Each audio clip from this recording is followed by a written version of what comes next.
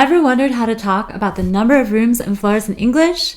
In this video, I'll talk about the most common terms in the US and the UK and show you how to correctly use them when communicating with English-speaking clients and colleagues. Stay tuned.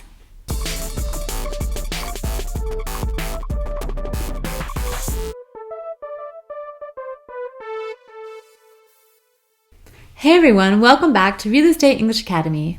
I'm Jenny, and in the many years that I've been working as an English translator and teacher in the real estate industry, I've seen a number of different misunderstandings when it comes to talking about the number of rooms and floors.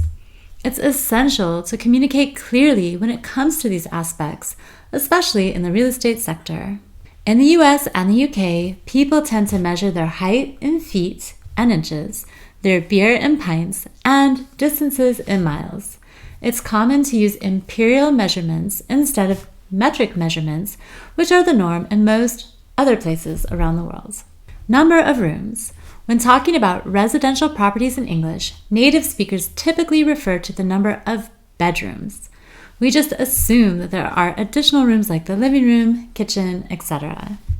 Now let's take a look at this picture. We have a kitchen, a living room that features a dining area, and 3 bedrooms. In the US, we would call this a 3-bedroom apartment. What would you call an apartment like this one in your country? Let me know in the comments below. I'd love to hear from you and learn about it.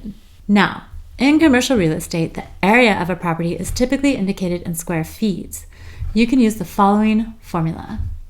1 square foot equals 0.0929 square meters, which means that, let's say, a logistics property encompassing 65,000 square feet is equivalent to about 6,039 square meters.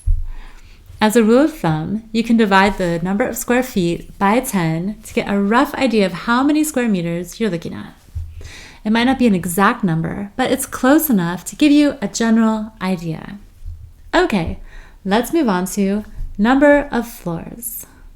In the US, we refer to the ground floor as the first floor. That can be confusing for people, like people who are living and working in Europe, and would count floors like this: ground floor, first floor, and so on. So, when you're talking with a business partner from the US, make sure to clarify which floor they're talking about so there's no confusion. Another important aspect when talking about the number of floors, the term floor refers to the individual levels of a building.